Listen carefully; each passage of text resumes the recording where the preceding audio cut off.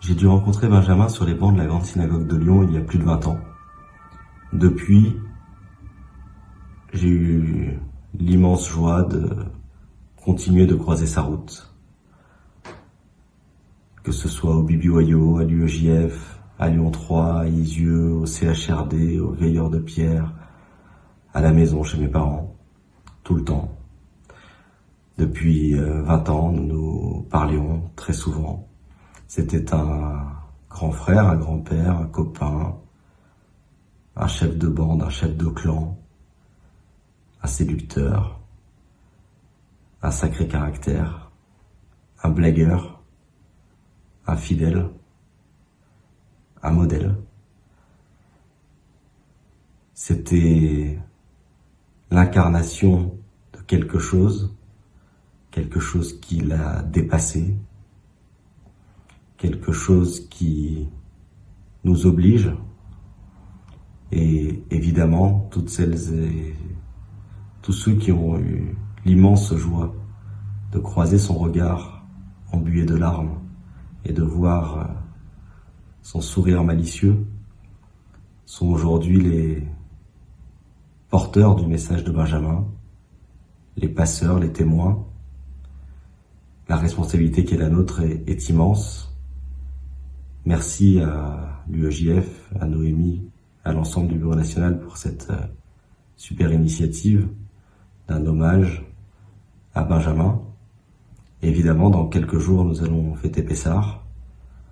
Et Benjamin passait depuis de nombreuses années un soir de Pessah à la maison.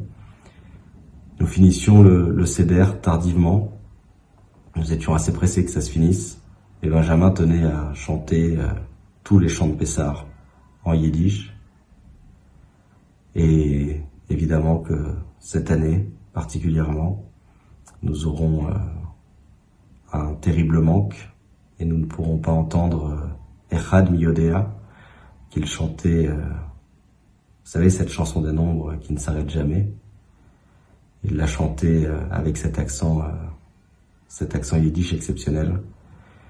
Et ce sera en pensant à lui que nous allons faire Pessah.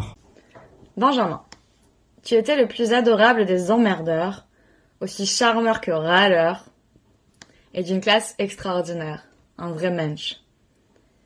Tu avais le même accent délicieux que mon arrière-grand-père, ce même humour si savoureux, et ce même amour pour les Polonais, qui nous a valu quelques polémiques sur place, dont on se souviendra longtemps. Tu aimais beaucoup les chansons yiddish, et notamment ce chant, écrit par Hirschglick dans le ghetto de Villeneuve. Seine Kämmerles du Gehst am letzten Weg, ne dis jamais que c'est là ton dernier chemin, qui s'achève par ce cri de résistance, Mir Zainando, nous sommes là, et nous sommes encore là, nous sommes toujours là. Benjamin, ton âme est désormais tissée dans le faisceau des vivants, et tu continues à cheminer en chacun d'entre nous, toi qui nous as appris à devenir les témoins des témoins. Ce sont mes mots pour Sépulture. Benjamin était un combattant, un passeur, quelqu'un qui transmettait l'envie de se battre. Et à chaque fois que nous avions des moments, je dirais, de désespoir, de déconvenus, de combats qui n'aboutissaient pas, Benjamin était toujours là pour nous réconforter et nous accompagner. Il a été un moteur de notre engagement et à chaque fois que nous devions agir, c'était sans doute, consciemment ou inconsciemment, pour lui et pour tous ceux qu'il représentait. J'ai toujours été frappé de cette capacité qu'il avait à unir les mémoires, lui qui était rescapé d'un village de Pologne, aujourd'hui quasiment disparu, notamment dans sa population juive, et la mémoire de ces juifs lyonnais qui ont été déportés à la même période, en même temps que sa famille. Un souvenir ou un fait marquant, le privilège d'avoir été à Auschwitz avec lui et de voir la manière dont il s'était opposé à la version que nous livraient les guides polonaises de l'histoire du camp. Et là-dessus, j'ai découvert la dimension militante absolue de Benjamin Orenstein, absolument importante, parce que si l'on y prend garde, on peut effectivement se laisser embarquer dans des récits qui distordent, qui déforment, qui manipulent la vérité, et on voit comment aujourd'hui l'enjeu autour du travail de mémoire, notamment avec la Pologne, est un enjeu d'actualité. Et je n'oublierai jamais cette leçon de militantisme de Benjamin Orenstein. J'ai à l'égard de Benjamin une immense estime et une infinie reconnaissance pour le fait qu'il ait accepté un moment de sa vie de parler, de raconter son histoire. Je crois que pour toutes celles qui ont eu la chance de l'entendre,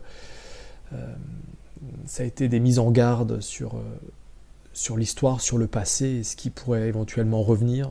On entend parfois des discours politiques qui stigmatisent une partie de la population. Et je crois qu'en tout cas, ceux qui ont eu la chance de l'entendre, il a semé en tout cas en nous les graines pour que peut-être un jour le plus jamais ça soit enfin une réalité. Alors un souvenir marquant, c'est quand bien des années plus tard, alors qu'on avait été beaucoup plus liés à titre amical, il a accepté de façon exceptionnelle, alors qu'il ne le faisait plus jamais, de venir témoigner dans la classe de ma fille, qui était alors en CM2, devant une soixantaine même pas une trentaine en fait d'élèves. Et ça, c'est un souvenir marquant parce que j'oublierai à la fois jamais l'attention des enfants, la relation qu'il a réussi à établir avec eux, aussi la réaction de la maîtresse en fait, qui était carrément en larmes à la fin du témoignage, qui a dû s'isoler dans un coin, et en même temps tous ces enfants qui l'entouraient à la fin et avec qui il y a vraiment quelque chose de très fort qui s'est passé.